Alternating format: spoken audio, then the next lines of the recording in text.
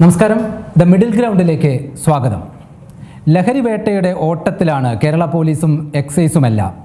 ലഹരി വേട്ട നാട്ടിൽ മൊത്തത്തിൽ നടക്കുന്നുണ്ടെങ്കിലും അതിൽ വാർത്തകളിൽ പ്രധാനമായും ഇടം പിടിക്കുന്നത് സെലിബ്രിറ്റീസ്, പ്രത്യേകിച്ച് സിനിമാ നടന്മാരും അതുപോലുള്ള ആളുകളുമൊക്കെ ഈ ലഹരി വേട്ടയ്ക്ക് ഇരകളാകുമ്പോഴാണ്. കഴിഞ്ഞ ദിവസം റാപ്പർ വേടനാണ് ഈ അന്വേഷണ സംഘത്തിൻ്റെ പിടിയിലായത് 6 ഗ്രാം കഞ്ചാവുമായിട്ട്. കഴിഞ്ഞ 2 ദിവസമായി അതാണ് വാർത്തകളിൽ ഇടം പിടിച്ചിരിക്കുന്നത്. നമുക്കറിയാം, ഏതാനും ദിവസങ്ങൾക്ക് മുമ്പ് നടൻ ഷൈൻ ടോം ചാക്കോ ഒരു നക്ഷത്ര ഹോട്ടലിൻ്റെ മുറിയിൽ നിന്ന് ജനാല വഴി പുറത്തു ചാടി ഓടിയ ഓട്ടത്തിന് പിന്നാലെ തുടങ്ങിയതാണ് ഈ സീസണിലെ സിനിമാ ലോകത്തെ ലഹരിവേട്ട എന്ന് പറയുന്നത്. അതൊക്കെ വലിയ വാർത്തകളിൽ ഇടം പിടിക്കുകയും ചെയ്തു. ഷൈൻ ടോം ചാക്കോ, പിന്നാലെ ശ്രീനാഥ് ഭാസി, ഇവരെല്ലാം ലഹരി ഉപയോഗിക്കുന്നവരാണ് എന്ന് അന്വേഷണ സംഘത്തിന് മുന്നിൽ സമ്മതിക്കുകയുണ്ടായി. അതുമായി ബന്ധപ്പെട്ട കേസുകൾ അന്വേഷണ പരിധിയിലാണ് താനും. ഈ കേസിലാകട്ടെ ഷൈനിൻ്റെ റൂമിൽ നിന്ന് എന്തെങ്കിലും ലഹരി വസ്തുക്കൾ പിടിച്ചെടുക്കാനോ ആ തരത്തിൽ എന്തെങ്കിലും തെളിവ് ശേഖരിക്കാനോ ഒന്നും അന്വേഷണ സംഘത്തിന് കഴിഞ്ഞിട്ടുമില്ല. അതിനുശേഷമാണ് പ്രമുഖ സിനിമകളുടെ 2 സംവിധായകർ കൊച്ചിയിൽ ഇതേപോലെ അറസ്റ്റിലാവുന്നത്. അവരുടെ റൂമിൽ നിന്നും അന്വേഷണ സംഘം ലഹരി വസ്തുക്കൾ പിടിച്ചെടുത്തിട്ടുമുണ്ട്.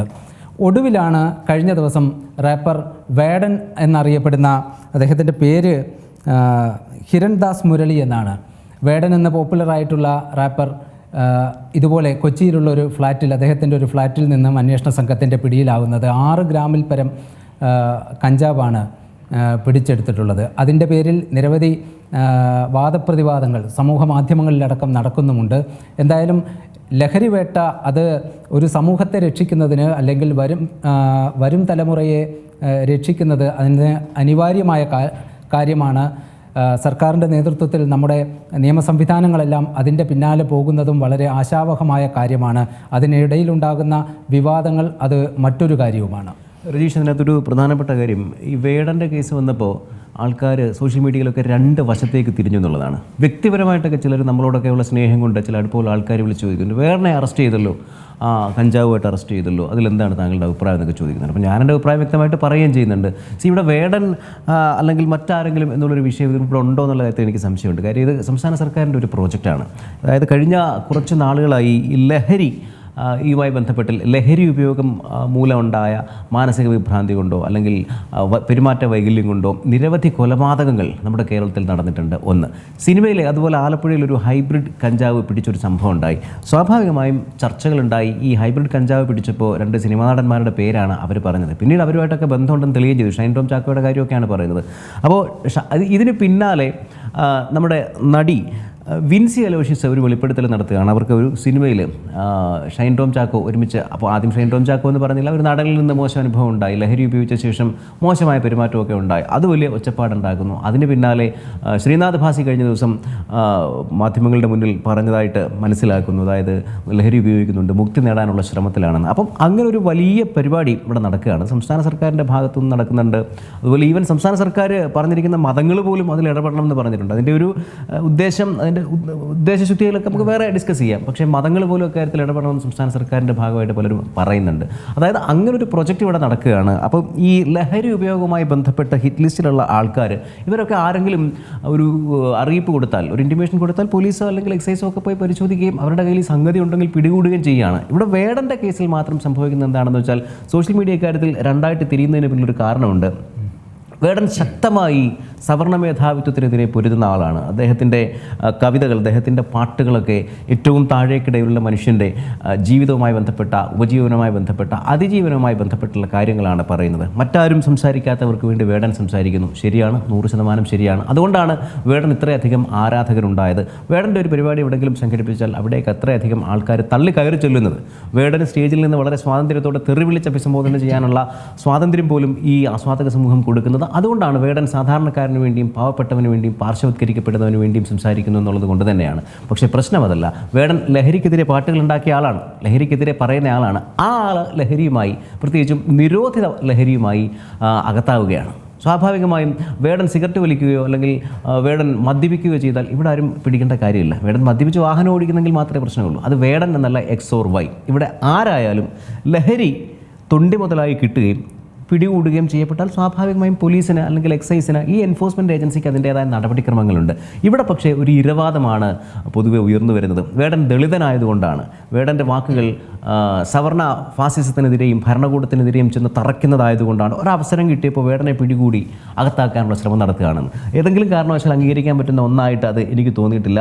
കാര്യം ഇതിലൊരു പോസ്റ്റും കൂടെ, ഇതുമായിട്ട് ബന്ധപ്പെട്ട് സോഷ്യൽ മീഡിയയിൽ വന്നൊരു പോസ്റ്റും കൂടെ ഞാൻ വായിക്കാം. എനിക്ക് പരിചയമില്ലാത്ത അതുൽ കൊല്ലം എന്നൊരാളിൻ്റെതാണ്. വെറുതെ ഇങ്ങനെ സെർച്ച് ചെയ്തപ്പോൾ കിട്ടിയതാണ്. അദ്ദേഹത്തിൻ്റെ അനുവാദം വായിച്ചിട്ടൊന്നും അല്ല ഞാനിതെടുത്ത് വായിക്കുന്നത്, കണ്ടപ്പോൾ വായിക്കുന്നു എന്നുള്ളതേ ഉള്ളൂ. അതുൽ കൊല്ലത്തിൻ്റെ പോസ്റ്റ് ഇതാണ്: ഷൈൻ ടോം ചാക്കോയ്ക്കോ ഖാലിദ് റഹ്മാനോ ന്യായീകരണവുമായി ആരെയും കണ്ടിട്ടില്ല. ഇത് മൊത്തം വായിച്ചു വരുന്നതിന് മുമ്പ് ഒരു മുൻകൂർ ജാമ്യം കൂടെ ഞാൻ എടുക്കുകയാണ്. ഇതിൽ ഒരുപക്ഷെ സമൂഹത്തിന് നിരക്കാത്ത എന്തെങ്കിലും വാക്കുകളുണ്ടെങ്കിൽ അത് ഞാൻ ഉത്തരവാദിയല്ല, ഈ പോസ്റ്റ് വായിക്കുന്നുള്ളതേ ഉള്ളൂ, അത് ഞാൻ ഒഴിവാക്കാം അങ്ങനെ വാക്കുകളുണ്ടെങ്കിൽ.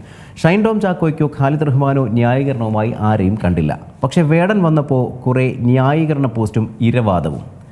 സവർണ മേധാവിത്വം, വേട്ടയാടൽ, ഞങ്ങളുടെ വേടൻ കറുത്തോണ്ടാണ്, ജാതി ചേർത്ത് പിടിച്ചുള്ള ന്യായീകരണം വേറെ, നല്ലത് ചെയ്താൽ അംഗീകരിക്കും അല്ലെങ്കിൽ തള്ളിപ്പറയും. ഈ പോസ്റ്റ് ഇട്ടിരിക്കുന്ന ആൾ അയാളുടെ ഒരു നിലപാട് പറയുകയാണ്. തെറ്റ് ചെയ്തത് വേടനാണെങ്കിലും വേതാളമാണെങ്കിലും ആരെയും പിന്തുണയ്ക്കേണ്ട ആവശ്യമില്ല. സമൂഹത്തിലെ ഉച്ചനീചത്വങ്ങൾക്കെതിരെ സംസാരിക്കുന്ന അടിച്ചമർത്തപ്പെട്ടവൻ്റെ ശബ്ദമായി മാറുന്ന വേടൻ്റെ വരികൾക്കും ആ വാക്കുകൾ കൊണ്ടുള്ള വിപ്ലവത്തിനും പിന്തുണ നൽകുന്നയാളാണ് ഞാനല്ല ഈ പോസ്റ്റ് ഇട്ടയാൾ. അയാളുടെ വരികൾക്ക് അടിച്ചമർത്തപ്പെട്ടവൻ്റെ നീതിദാഹത്തിൻ്റെ ഗന്ധമുണ്ട്. അയാൾക്ക് വേണ്ടി അതിനുവേണ്ടി കൈയടിക്കുന്നവരിൽ ഞാനുണ്ട്. ലഹരി വേണ്ടടാ എന്ന് പറഞ്ഞ് ഒരു സമൂഹത്തോട് ഒരു ഒറ്റയാൾ വിപ്ലവം തീർക്കുമ്പോൾ അയാൾക്ക് വേണ്ടി ആർപ്പ് വിളിക്കും. അയാൾ തെറ്റു ചെയ്താൽ വിമർശിക്കുകയും ചെയ്യും. പക്ഷെ ഒട്ടും അംഗീകരിക്കാൻ കഴിയാത്തത് ചിലരുടെ ന്യായീകരിക്കലാണ്. അയാൾ ചെയ്തതൊരു തെറ്റാണ്, അത് തെറ്റെന്ന് തന്നെ വിളിച്ചു പറയേണ്ടി വരും. വിഷയം ഇതാണ്: വേടൻ ദളിതനായതുകൊണ്ടോ അല്ലെങ്കിൽ വേടൻ ബ്രാഹ്മണനായതുകൊണ്ടോ നിയമത്തിൻ്റെ മുന്നിൽ ലഹരി തൊണ്ടിയോടെ പിടിച്ചു വച്ചിരിക്കുന്ന ഒരു സാഹചര്യത്തിൽ എന്ത് പ്രത്യേകതയാണ് ഉള്ളതെന്നുള്ളതാണ് ചോദ്യം. ഖാലിദ് റഹ്മാൻ്റെയും അഷ്റഫ് ഹംസയുടെയും കാര്യത്തിൽ അതുതന്നെയാണ്. വേടൻ മാത്രമല്ല, അവരും മികച്ച സൃഷ്ടികൾ ഉണ്ടാക്കിയ ആൾക്കാരാണ്. ഉണ്ട എന്ന സിനിമ വളരെ മനോഹരമായ സൃഷ്ടിയായിരുന്നു. അപ്പോൾ ഈ രണ്ട് സംവിധായകരും മാത്രമല്ല, ഇപ്പോൾ തിയേറ്ററുകളിൽ നിറഞ്ഞുവിടുന്ന ആലപ്പുഴ ജിംഖാന സംവിധായകനാണ്. അതെ, ഇവരൊക്കെ കൃത്യമായി അവരുടെ കല കൊണ്ട് പല കാര്യങ്ങളും സമൂഹത്തോട് സംവദിക്കുന്നവരാണ്. അതുകൊണ്ട് പക്ഷേ അവർ ലഹരി ഉപയോഗിച്ചാൽ അതിനെ ന്യായീകരിക്കാൻ അവരുടെ കലാസൃഷ്ടികളുടെ മേന്മ ഒരു കാരണമാകുന്നില്ല. വേടനെ ഈ പറയുന്ന ഇരവാദം ഉന്നയിക്കുന്നവർ അറിഞ്ഞിരിക്കേണ്ട മറ്റൊരു കാര്യം, വേടനെ ചുമ്മാ കസ്റ്റഡിയിലെടുത്ത് കൊണ്ടുപോയതല്ല. മുറിയിൽ നിന്നും കഞ്ചാവും അത് ഉപയോഗിക്കുന്നതിന് ഉള്ള സാമഗ്രികളും അതിൻ്റെ തൂക്കമെടുക്കുന്നതിനുള്ള ത്രാസും. അവിടെയാണ് ഒരു സംശയം. 6 ഗ്രാം കഞ്ചാവ് തൂക്കുന്ന യന്ത്രം ആവശ്യമുണ്ടോ എന്നുള്ളതാണ്. അപ്പോൾ അവിടെ ഒരുപക്ഷെ വേടനെ സഹായിച്ചിട്ടുണ്ടോ എന്ന് പോലും ചിലർ പറയുന്നുണ്ട്. അല്ല, അതും സോഷ്യൽ മീഡിയയിൽ പല പ്രമുഖരുടെ അടക്കം പോസ്റ്റുകൾ എടുത്ത് നമ്മൾ പരിശോധിച്ചാൽ ഇവരൊക്കെ പിടിക്കപ്പെടുന്നുണ്ട്. പക്ഷേ സംശയം ഉന്നയിക്കുന്നത് ആ പിടിക്കുന്ന തൊണ്ടി മുതലിനെ കുറിച്ചാണ്. 6 ഗ്രാമാണോ 5.5 ഗ്രാമാണോ അതോ അതിലെന്തെങ്കിലും കൃത്രിമത്വം നടത്തുന്നുണ്ടോ എന്ന സംശയങ്ങളൊക്കെ പല കോണുകളിൽ നിന്നും ഉയരുന്നുമുണ്ട്. അത് മാത്രമല്ല, ഈ വേടനെ ഈ 6 ഗ്രാം കഞ്ചാവ് അത് ബെയിലബിൾ ഒഫൻസാണ്. സ്റ്റേഷൻ ജാമ്യം പിടിച്ചു സ്റ്റേഷൻ ജാമ്യത്തിൽ വിടുകയും ചെയ്യാം. മാത്രമല്ല 9 പേരാണ്, വേടനടക്കം 9 പേരാണ് അന്ന് ആ ഫ്ലാറ്റിൽ ഉണ്ടായിരുന്നത്. 9 പേരെ സംബന്ധിച്ചിടത്തോളം ഈ 6 ഗ്രാം എന്ന് പറയുന്നത് അതിനെക്കുറിച്ച് ഒരു ബീഡിയിൽ നിറയ്ക്കാനുള്ള കഞ്ചാവ് മാത്രമേ ഉള്ളൂ എന്നാണ് അതിനെക്കുറിച്ച് അറിയുന്നവരൊക്കെ പറയുന്നത്. എന്തായാലും അതൊരു വലിയ അളവല്ല. അതുകൊണ്ട് തന്നെ കേസും അത്ര ഗുരുതരമുള്ളതാവില്ല. പക്ഷേ വേടൻ ഇപ്പോൾ പെട്ടിരിക്കുന്നത് മറ്റൊരു കേസിലാണ്. ഒരു ആരാധകൻ ഒരു പുലിപ്പല്ല് അത് ലോക്കറ്റാക്കി തൻ്റെ മാലയിലിട്ടു. അത് മറ്റൊരു കേസായി മാറുന്നു. നമുക്കറിയാം വേടൻ്റെ വീഡിയോസ്, അദ്ദേഹത്തിൻ്റെ പ്രോഗ്രാമിൻ്റെ വീഡിയോസൊക്കെ എടുത്തു നോക്കുമ്പോൾ ഭൂരിഭാഗം വീഡിയോകളിലും ഇതുണ്ട്. പക്ഷേ ഈ ഒരു കേസ് വന്നതിന് പിന്നാലെയാണ് ഈ പുലിപ്പല്ലും വലിയ കേസാവുന്നത്. അതിനേക്കാൾ വലിയ കേസാവുന്നു, ഈ കഞ്ചാവ് കേസിനേക്കാൾ വലിയ കേസാവുന്നു. അതിന് ജാമ്യം കിട്ടുമോ എന്ന സംശയമൊക്കെ നിയമവിദഗ്ധർ ചൂണ്ടിക്കാണിക്കുന്നുമുണ്ട്. വേടനെ പൂട്ടാനുള്ള ഒരു ശ്രമമാണോ ഇത് എന്ന ചോദ്യത്തിന് കൂടുതൽ ആക്കം കൂട്ടുന്ന ചില കാര്യങ്ങളാണ് നടന്നുകൊണ്ടിരിക്കുന്നത്. നമുക്കറിയാം, മറ്റൊരു പ്രമുഖ നടൻ ഒരു ആനക്കൊമ്പ് കേസിൽ ഇപ്പോഴും ആ കേസ് നടക്കുകയാണെന്നാണ് മനസ്സിലാകുന്നത്. പക്ഷേ ആ ആനക്കൊമ്പ് കേസിനെ സംബന്ധിച്ചിടത്തോളം ഇത്ര വലിയ ചർച്ചകളോ ബഹളങ്ങളോ ഒന്നും ഉണ്ടായിരുന്നു എന്നുള്ളത് നമ്മൾ മറന്നു പോകുന്നതാണ്. ഇതിലും വലിയ ചർച്ചകൾ ഉണ്ടായിരുന്നു. പക്ഷേ നിയമവ്യവസ്ഥയുടെ ഭാഗത്ത് നിന്നും ഉണ്ടായ ഇടപെടൽ ഏതു രീതിയിലായിരുന്നു? അങ്ങനെ വലിയ ഇടപെടൽ ഉണ്ടായിരുന്നെങ്കിൽ ആ കേസ് ഇന്നും അവസാനിക്കാതെ ഇങ്ങനെ ഇരിക്കുമോ എന്നതാണ്. പക്ഷേ വേടൻ്റെ കാര്യത്തിൽ അങ്ങനെയല്ല എന്ന് ചിലർ ചൂണ്ടിക്കാട്ടുന്നതിനെ നമുക്ക് തെറ്റായി കാണാൻ കഴിയുന്നില്ല. ഒരു ആരാധകൻ സമ്മാനിച്ച ഒരു പുലിനഖം, അതെന്താണെന്ന് എനിക്കറിയില്ലായിരുന്നു എന്നൊക്കെ പറയുന്നത് നിയമത്തിൻ്റെ മുന്നിൽ ന്യായമല്ല എങ്കിൽ കൂടിയും വേടനെ പൂട്ടാനുള്ള ഒരു ശ്രമമാണോ ഇത് എന്ന ചോദ്യവും സമൂഹത്തിൽ ഉയർന്നു നിൽക്കുന്നുണ്ട്. കാരണം നിരവധി പ്രോഗ്രാമുകളാണ് കേരളത്തിൽ അങ്ങോളം ഇങ്ങോളം ഈ ബാൻഡ് അവതരിപ്പിച്ചുകൊണ്ടിരിക്കുന്നത്. സംസ്ഥാന സർക്കാരിൻ്റെ അടക്കം പല പരിപാടികളിലും ഇവരുടെ പ്രോഗ്രാം കൂടി ഉൾപ്പെടുത്തിയിരുന്നു. അതെല്ലാം ക്യാൻസൽ ചെയ്യുന്നു, അതെല്ലാം മറ്റു പലർക്കും കിട്ടുന്നു. ആ തരത്തിലുള്ള എന്തെങ്കിലും കാര്യങ്ങൾ ഇതിന് പിന്നിലുണ്ടോ എന്ന ചോദ്യങ്ങളും ഇതോടൊപ്പം ഉയരുന്നുണ്ട്. രണ്ട് കാര്യങ്ങളുണ്ട്. ഒന്ന്, ഈ സംസ്ഥാന സർക്കാരിൻ്റെ പല പ്രോഗ്രാമുകളും വേടൻ്റെ ബാൻഡിന് ലഭിച്ചത് വേടൻ അടിച്ചമർത്തപ്പെട്ടവൻ്റെ ശബ്ദമാണ് എന്നുള്ള പൊതുധാരണയുടെ അടിസ്ഥാനത്തിലാണ്. പക്ഷേ വേടൻ ഒരു കുറ്റകൃത്യത്തിന്, പ്രത്യേകിച്ചും സർക്കാർ നേതൃത്വം കൊടുക്കുന്ന കേരളത്തെ ശുദ്ധീകരിക്കാനുള്ള, ലഹരിയിൽ നിന്ന് മുക്തമാക്കാനുള്ള ഒരു പരിപാടിയുടെ ഭാഗമായി സർക്കാർ നേതൃത്വം കൊടുക്കുന്ന ഒരു പരിപാടി. ആ പരിപാടിയിൽ അന്വേഷണ ഉദ്യോഗസ്ഥരുടെ മുന്നിൽ കുറ്റവാളിയായി തൊണ്ടിമുതലടക്കം വേടൻ നിൽക്കുമ്പോൾ വേടനെ ഉൾപ്പെടുത്തി സർക്കാരിൻ്റെ പരിപാടി സംഘടിപ്പിക്കാൻ സാധാരണഗതിക്ക് സാധിക്കില്ല. സ്വാഭാവികമായിട്ടും സർക്കാരിൻ്റെ പരിപാടികളൊക്കെ ക്യാൻസൽ ചെയ്യേണ്ടി വരും. അങ്ങനെ ചെയ്തില്ലെങ്കിൽ അത് വലിയ പ്രശ്നത്തിലേക്ക് പോവുകയും ചെയ്യും. കാര്യം ലഹരി ഉപയോഗിക്കുന്നവരെ സർക്കാരും കൂടെ പ്രോത്സാഹിപ്പിക്കുകയാണോ? മാത്രമല്ല വേടം കസ്റ്റഡിയിലാണുള്ളത്. അതെ, പ്രോഗ്രാം അവതരിപ്പിക്കാനും കഴിയില്ല. സ്വാഭാവികമായിട്ടും ആരെങ്കിലും അവിടേക്ക് വിളിക്കേണ്ടിയും വരും. ഇവിടെ ചോദ്യം, വേടനെ കൊടുക്കാൻ എന്ന് പറഞ്ഞാൽ സർക്കാരിന് ഇപ്പോൾ വേടനെ കൊടുക്കേണ്ട കാര്യമില്ല എന്നുള്ളതാണ് ഞാൻ മനസ്സിലാക്കുന്നത്. കാര്യം ഈ വേടൻ നന്നായി എഴുതുന്ന ആളും നന്നായി സമൂഹത്തോട് സംവദിക്കുന്ന ആളും ഒക്കെ ആയിരിക്കെ തന്നെ ഇതൊക്കെ മുമ്പും പലപ്പോഴും സംസാരിച്ചിട്ടുള്ളതാണ്, പലരും സംസാരിച്ചിട്ടുള്ളതാണ്. ഇവരെല്ലാവരെയും പിടിച്ച് ജയിലിലിടുക എന്നുള്ളത് ഭരണകൂടം എല്ലായ്പ്പോഴും അങ്ങനെ ചെയ്തിട്ടുള്ളതാണോ എന്ന് ചോദിച്ചാൽ എനിക്ക് സംശയമുണ്ട് അക്കാര്യത്തിൽ. ചില ഘട്ടങ്ങളിലൊക്കെ രാഷ്ട്രീയമായ ചില താല്പര്യങ്ങളുടെ ഭാഗമായി ഇപ്പം കേന്ദ്ര സർക്കാർ ED ഇറക്കി CPM-നെയോ കോൺഗ്രസിനെയോ പൂട്ടുന്നു എന്ന് പറയുന്ന പോലെ വേടനെ സർക്കാർ പൂട്ടുന്നു എന്ന് ചിന്തിക്കാൻ പോലും നമുക്ക് പറ്റില്ല. കാര്യം അങ്ങനെ ആർക്കെങ്കിലും ഭീഷണിയാണോ വേടൻ? അല്ല, അങ്ങനെ ആർക്കും ഭീഷണിയായ ഒരാളല്ല വേടൻ. വേടൻ ഏതെങ്കിലും ഒരു രാഷ്ട്രീയ പ്രസ്ഥാനത്തിൻ്റെ ഭാഗമായി ഇന്ന് ഭരണകൂടത്തെ തോൽപ്പിക്കാൻ ഇറങ്ങുന്ന ആളോ ഒന്നുമല്ല. വേടൻ വളരെ സ്വതന്ത്രമായി എഴുതുകയും പറയുകയും ചെയ്യുന്ന ആളാണ്. അയാൾ ലഹരി ഉപയോഗിച്ചതിൽ തെറ്റുണ്ട് എന്ന്, നിയമപരമായി തെറ്റുണ്ടെന്ന് കണ്ടുകൊണ്ട് അയാൾക്കെതിരെ നടപടി എടുക്കുന്നു എന്ന് മാത്രം. അല്ലാതെ വേടനെ പൂട്ടേണ്ടത് സർക്കാരിൻ്റെയോ ഭരണകൂടത്തിൻ്റെയോ ഒന്നും ആവശ്യമല്ല. എല്ലാ കാലത്തും ഈ പറഞ്ഞതുപോലെ പറയാനുള്ളവർ പറഞ്ഞുകൊണ്ടേയിരിക്കും, സ്വാതന്ത്ര്യബോധത്തോടെ സംസാരിച്ചുകൊണ്ടേയിരിക്കും. അതൊക്കെ എല്ലാ കാലത്തും ആരെങ്കിലുമൊക്കെ ഉണ്ടായിട്ടുണ്ട്. ഇവരെയൊക്കെ ഭരണകൂടം അങ്ങനെ നിരന്തരം പൂട്ടുന്ന ചരിത്രമൊന്നും കേരളം പോലൊരു സംസ്ഥാനത്ത് ഉള്ളതായിട്ട് അറിയില്ല. അപൂർവ ചില സംഭവങ്ങൾ നേരത്തെ പറഞ്ഞ പോലെ രാഷ്ട്രീയ താല്പര്യത്തിൻ്റെ ഭാഗമായിട്ട് ഈ പറഞ്ഞ കാര്യങ്ങളൊക്കെ ഉണ്ടായിരുന്നു. പക്ഷേ വേടൻ അങ്ങനെ ഒരു ഭരണകൂടത്തിൻ്റെ ഇരയോ എതിരാളിയോ ആണ് എന്ന് വിശ്വസിക്കാൻ കഴിയുന്നില്ല. ഏറ്റവും പ്രധാനം, വേടൻ്റെ കയ്യിൽ കുറ്റകരമായ സംഗതികൾ ഉണ്ടായിരുന്നു. അതാണ് ഏറ്റവും പ്രധാനപ്പെട്ട കാര്യം. അതുകൊണ്ടാണ് വേടനെതിരെ കേസെടുക്കേണ്ടി വന്നത്. അതുകൊണ്ടാണ് വേടൻ ഇപ്പോൾ വീണ്ടും പോലീസിൻ്റെ കയ്യിൽ നിന്ന്, അല്ലെങ്കിൽ എക്സൈസിൻ്റെ കയ്യിൽ നിന്ന് ഇപ്പോൾ വനംവകുപ്പിൻ്റെ കയ്യിലേക്ക് പോയത്. തെറ്റുപറ്റി എന്ന് അംഗീകരിക്കുക വളരെ പ്രധാനപ്പെട്ട ഒരു കാര്യമാണ്. ഇനി എന്തുകൊണ്ട് വേടനെ അറസ്റ്റ് ചെയ്യണം? വേടൻ വലിയ പ്രതിഭാശാലിയല്ലേ?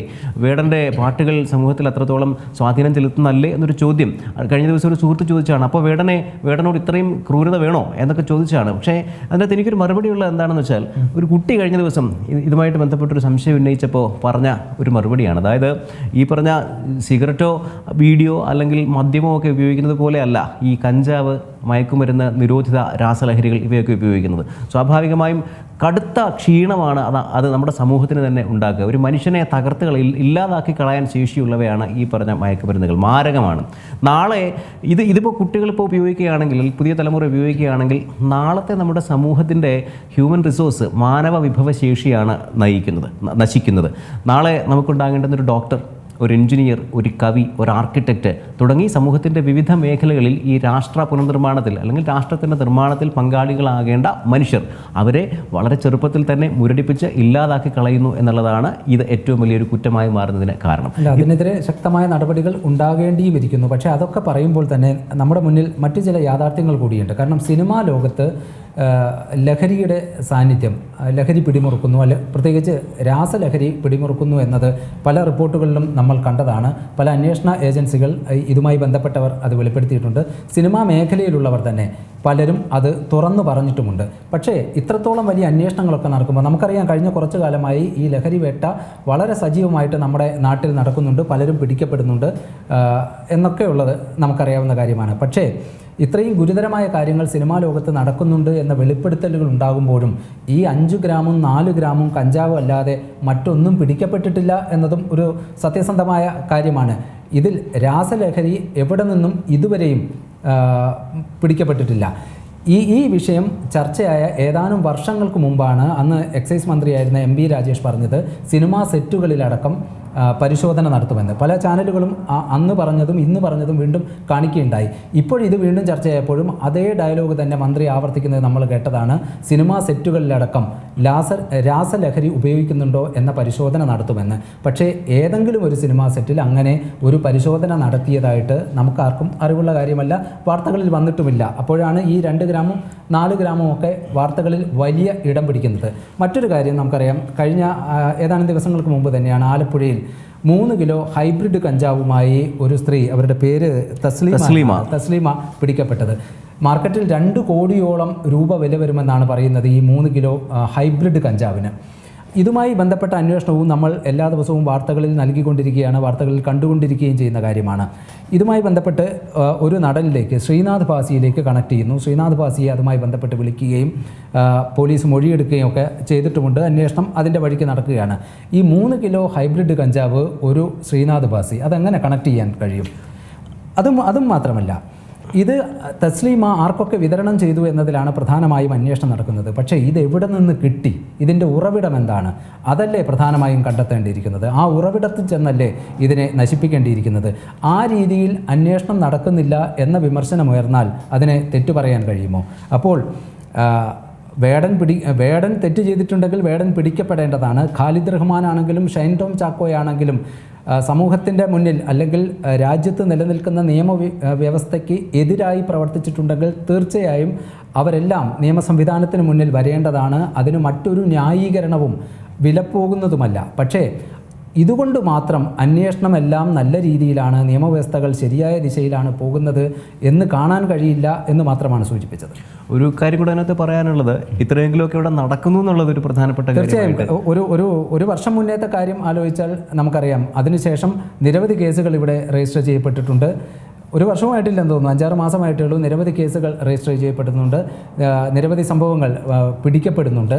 ആളിൻ്റെ വലിപ്പം നോക്കി ചെറിയ ആൾക്കാരല്ലല്ലോ ഷൈൻ ടോം ചാക്കോ എന്നും ശ്രീനാഥ് ഭാസി. ആൾക്കാരുടെ ഇടയിൽ സ്വാധീനമുള്ള ആൾക്കാരാണ്, പൊളിറ്റീഷ്യൻസിനെ പോലെ തന്നെ സ്വാധീനശേഷിയുള്ള ആൾക്കാരാണ് സിനിമാക്കാരും.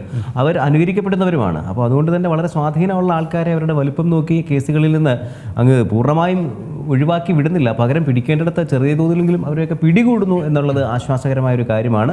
എന്നതുപോലെ പുതിയ തലമുറ ഇതൊക്കെ കണ്ടുകൊണ്ടാണ് പത്രങ്ങളിൽ വാർത്തകളിലൊക്കെ ഇവരൊക്കെ പിടിക്കപ്പെടുന്നുണ്ട്. സ്വാഭാവികമായും കുട്ടികളും ഈ പറഞ്ഞ പോലെ ഇത് ഉപയോഗിക്കുന്ന ചെറുപ്പക്കാരോ കൗമാരക്കാരോ ഒക്കെ ഉണ്ടെങ്കിൽ അവരും ഇതുമായി കണ്ടാൽ പിടിക്കപ്പെടാം എന്നൊരു കാര്യം കൂടി അവരെ ഓർമ്മിപ്പിക്കാനും ഈ സിനിമാ താരങ്ങളെ പോലെ ഒക്കെ ഉള്ള ആൾക്കാരെ റെയ്ഡ് ചെയ്ത് പിടിക്കുമ്പോൾ അതിന് വഴിയൊരുക്കും. സമൂഹം മാതൃകയാക്കുന്നവരാണ് അവർ. നേരത്തെ ഒരു ടെലിവിഷൻ ചാനലിൽ ഗായകൻ MG ശ്രീകുമാർ അദ്ദേഹത്തോട് ഇതുമായി ബന്ധപ്പെട്ട അഭിപ്രായം ചോദിച്ചപ്പോൾ അദ്ദേഹം പറഞ്ഞിട്ടുണ്ട്, കേരളത്തിൽ അങ്ങോളം ഇങ്ങോളം 10-45 വർഷമായിട്ട് ഞാൻ പാട്ടുപാടിക്കൊണ്ടിരിക്കുകയാണ്, ഗാനമേളകൾ നടത്തിക്കൊണ്ടിരിക്കുകയാണ്. എല്ലാ വേദികളിലും പാട്ട്, സംഗീതം മാത്രമാണ് എൻ്റെ ലഹരി എന്നത്. അപ്പോൾ ഈ കലയ്ക്ക് അല്ലെങ്കിൽ എഴുത്തിന്, ഡാൻസിന്, പാട്ടിന് ഇതിനൊക്കെ ലഹരിയുടെ മണം ആവശ്യമുണ്ടോ എന്നതും ചിന്തിക്കേണ്ട ഒരു കാര്യമാണ്. കലാകാരനാണെങ്കിൽ 2 എണ്ണം അടിച്ചിരിക്കണം, അല്ലെങ്കിൽ കഞ്ചാവ് വലിച്ചിരിക്കണം, അല്ലെങ്കിൽ അങ്ങനെയുള്ളവരാണ് കലാകാരന്മാർ എന്നുള്ള ഒരു ധാരണയുടെ ആവശ്യമുണ്ടോ? നമ്മൾ കണ്ട, നമുക്കറിയാവുന്ന മഹാരഥന്മാരായ കലാകാരന്മാരെല്ലാം തന്നെ അവരുടെ ലഹരി കല മാത്രമായിരുന്നു എന്ന് നമ്മൾ അറിയാതെ പോകുന്നതല്ല. ഒരുപക്ഷെ അതിനകത്ത് മറ്റൊരു കാര്യം കൂടെ ഉണ്ട്. പലരുടെയും ജീവചരിത്രങ്ങളും ഒക്കെ വായിക്കുമ്പോഴും പറഞ്ഞു കേൾക്കുകയൊക്കെ ചെയ്യുമ്പോഴും പല പ്രമുഖ കലാകാരന്മാരും പ്രതിഭകളായിരുന്നവരും ഒക്കെ ലഹരി ഉപയോഗിച്ചിരുന്നു. അത്തരക്കാരുമുണ്ട്, തീർച്ചയായിട്ടും ഉപയോഗിച്ചിരുന്നു. പക്ഷെ അവർ ലഹരി ഉപയോഗിക്കുകയും അവർ വലിയ സൃഷ്ടികൾ ഉണ്ടാക്കുകയും ചെയ്തു എന്നുള്ളതാണ് ഏറ്റവും പ്രധാനപ്പെട്ട കാര്യം. അവർ സൃഷ്ടികൾ ഉണ്ടാക്കാൻ ലഹരി ആശ്രയിച്ചിട്ടുണ്ടാവില്ല. അവർ സൃഷ്ടികൾ ഉണ്ടാക്കുന്നു, അവരുടെ മറ്റു സമയങ്ങളിൽ അവർ ലഹരി ഉപയോഗിച്ചിട്ടുണ്ടാകാം, കഴിഞ്ഞുപോയ കാര്യമാണ്. പക്ഷെ അത് അനുകരണീയമായൊരു മാതൃകയല്ല. നിങ്ങൾ ലഹരി ഉപയോഗിച്ചതുകൊണ്ട് കലാകാരനായി മാറുകയുമില്ല, അതാണ് ഓർമ്മിക്കുന്നത്. അത് മാത്രവുമല്ല, അവരുടെ കാലത്തൊക്കെ ഉപയോഗിച്ചിരുന്ന ലഹരിയല്ല ഇന്നുള്ളത് എന്നതും നാം അറിയണം. ഈ രാസലഹരി എന്ന് പറയുന്നത് ഒരു സമൂഹത്തെ മൊത്തം ഇല്ലാതാക്കി കളയുന്ന ഒന്നാണ്. ഈ വേടൻ പോലും തൻ്റെ വേദികളിൽ ഇതിനെക്കുറിച്ച് ഒരുപാട് ഉപദേശങ്ങൾ നൽകിയിട്ടുണ്ട്. അതിപ്പോൾ സമൂഹ മാധ്യമങ്ങളിലൊക്കെ വളരെയധികം പ്രചരിക്കുന്നുമുണ്ട്. രാസലഹരിക്കെതിരെ, അത് ചെകുത്താനാണെന്നും മറ്റും പറഞ്ഞ് അതിനെതിരെ അദ്ദേഹത്തിൻ്റെ പറച്ചിലുകൾ. തീർച്ചയായിട്ടും യുവാക്കളെ ഇത്രമേൽ സ്വാധീനിക്കാൻ കഴിയുന്ന ഒരാൾ അങ്ങനെ പറയുമ്പോൾ തീർച്ചയായും അത് നല്ല കാര്യമാണ്. യുവാക്കൾ അതിനെ ആ അർത്ഥത്തിൽ എടുക്കുക കൂടി ചെയ്താൽ. പക്ഷേ അങ്ങനെ തലേ ദിവസം പറഞ്ഞ ഒരാളാണ് പിറ്റേ ദിവസത്തെ വാർത്തകളിൽ കഞ്ചാവുമായി പിടിക്കപ്പെട്ടു എന്ന് കാണുന്നത്. അപ്പോൾ ഇരവാദം കൊണ്ട് അതിനെ പിന്തുണയ്ക്കുക കൂടി ചെയ്താൽ അത് സൊസൈറ്റിയിൽ കൊടുക്കുന്ന മാതൃക, സന്ദേശം അത് വളരെ മോശമായിരിക്കും എന്ന് മാത്രമല്ല, ഇവരെയൊക്കെ പിന്തുണയ്ക്കുന്നത് നമ്മുടെ പിന്നാലെ വരുന്ന കൊച്ചുകുട്ടികളെ, ചെറിയ തലമുറയെ ലഹരിയിലേക്ക് പ്രോത്സാഹിപ്പിക്കുന്നതിന് തുല്യമാകും എന്ന് ഓർമ്മിപ്പിച്ചുകൊണ്ട് തീർച്ചയായും കല മാത്രമാകട്ടെ ലഹരി, മറ്റ് ലഹരികളോട് വിട പറയാം എന്നുകൂടി പറഞ്ഞുകൊണ്ട് ഇന്നത്തെ മിഡിൽ ഗ്രൗണ്ട് ഇവിടെ പൂർണ്ണമാകുകയാണ്. നമസ്കാരം.